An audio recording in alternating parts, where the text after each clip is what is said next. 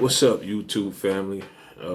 Welcome to On the Gram TV. It's your boy Fish, and I really tried not to do this video. I didn't think it would be necessary, but unfortunately, the society we live in and the powers that be and their trickery tools that they use to get us back to a divisive mentality, debating on trivial issues that take our attention away from why we doing this in the first place. You know, it's bigger than a lot of things that people are throwing out there, you know, and it's just causing a divisive atmosphere once again. And we as a people keep falling for this trick over and over and over and over again. See, we have to stop falling for the trickery, people. Because I know you saw the video. If you haven't, I'm about to show it to you, of the man that busted the windows in Minneapolis. And now he's been identified as a Minneapolis police officer. So you gotta, you know what I'm saying? It's here in your face. You can't deny it. We're showing you the trickeries and the tricks that are being used. Wake up, people. Come on. It's not about no damn buildings and this and that. It's about George Floyd and the countless numbers of black people that have been murdered at the hands of the police, and the injustices and the inequalities imposed on black people. That's what it's about.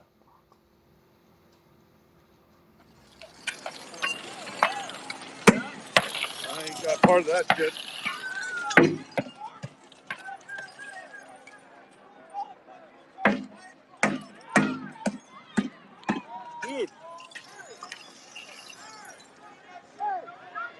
Oh, I zoomed in. I'll zoom out a little bit. Those cops will come for you if you're pulling that crap.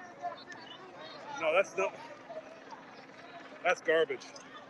You're pulling that shit.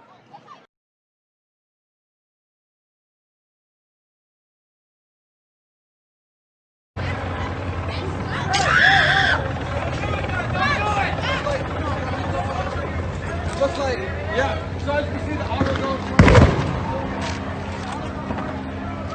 Guy just came with a hammer and smashed the windows. Behind me, I'm gonna fight you right now. You wanna go? What's up? Somebody hold my blunt. Hey! Somebody hold my blunt. I'm gonna give it up. Hey! Are you a fucking cop? What's up?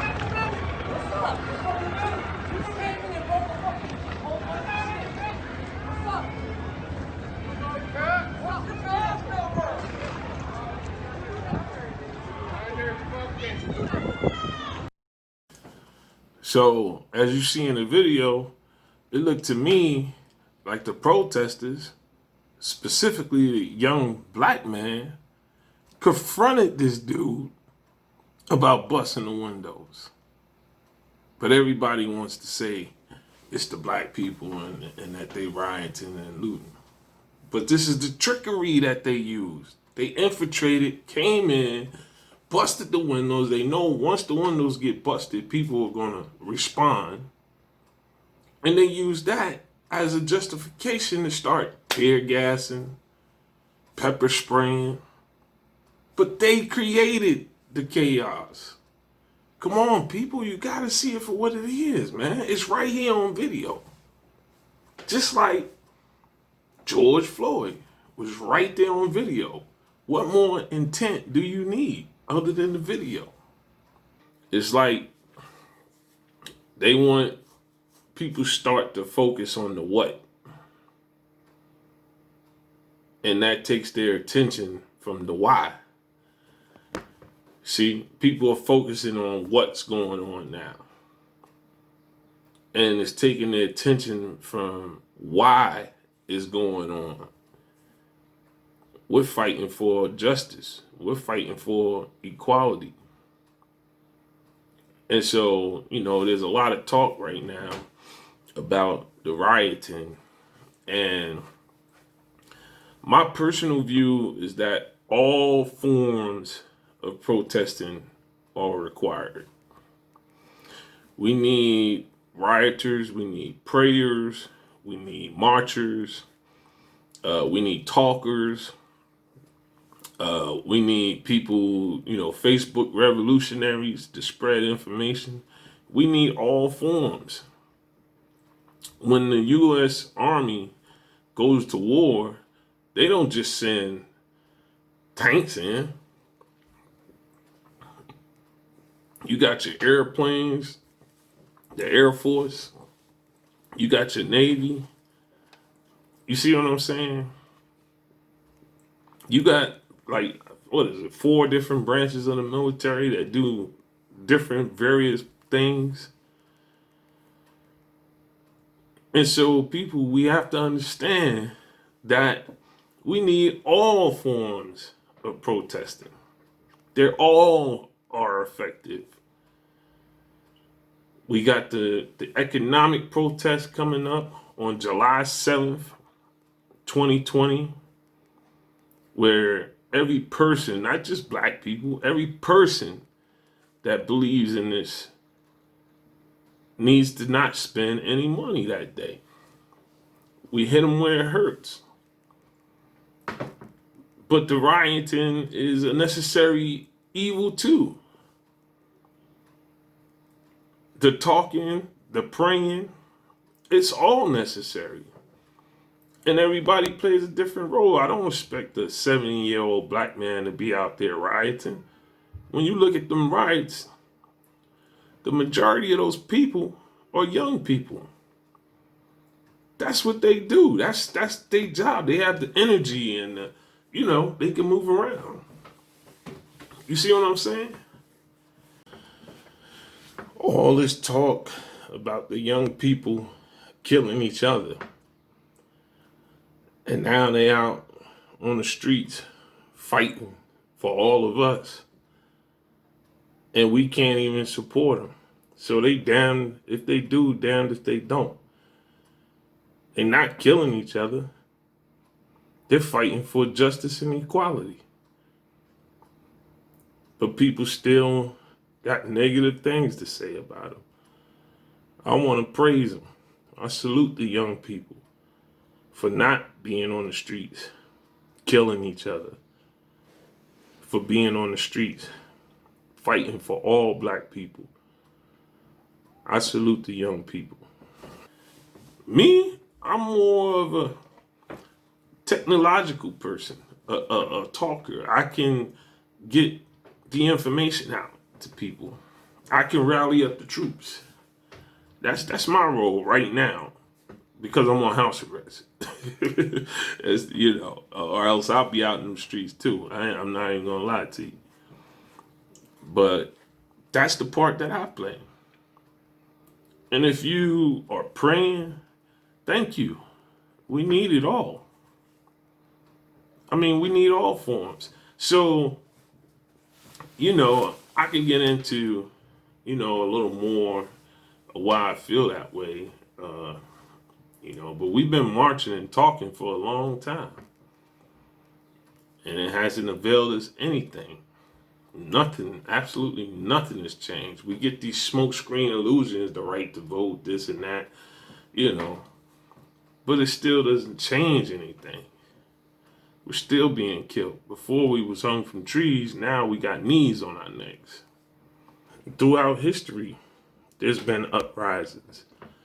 And people had to tear shit up. Period. Point blank. Throughout history. Even in slavery. If you know your history, when the slaves rebelled, they burnt shit up.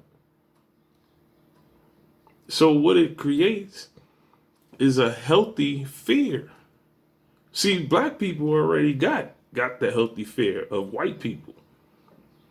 Don't nobody go to the white neighborhoods, shooting up white people or, causing ruckus, because there's a healthy fear of that. And what we need to do as a people is create a healthy fear for white people when it comes to killing us and treating us without justice. They need to understand that if we mess with these people in these ways, they not having it. Why do you think other races get so respected? Why do you think the Hasidic Jews in New York get to basically do what they want to do? You never see them in jail. Ever. This whole coronavirus lockdown, they've been doing what they want to do when they want to do it. And the New York City Police Department escorts them and talks to them and respects them because they know that economically they have power. You see what I'm saying, folks? Black people have no respect. And what is it going to take? We going to just keep sitting and waiting for a savior to come? We're going to just keep talking like we've been doing for hundreds and hundreds of years? We're going to keep, you know what I'm saying? I get where I'm coming from. And I'm not saying there's anything wrong with any of those things. They're needed. But it's obviously going to take something more for true change to come. Nelson Mandela, he said, when a man is denied the right to live the life he believes in, he has no choice but to become an outlaw. That's from the words of Nelson Mandela. But I think an even more powerful one is from the words of Frederick Douglass. And Frederick Douglass said, if there is no struggle, there is no progress. Those who profess to favor freedom and yet depreciate agitation are men who want crops without plowing up the ground. They want rain without thunder and lightning. They want the ocean without the awful roar of its many waters.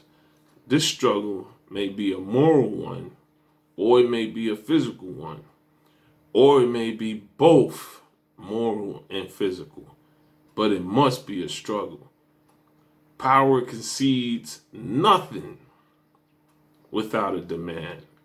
It never did, and it never will. Peace.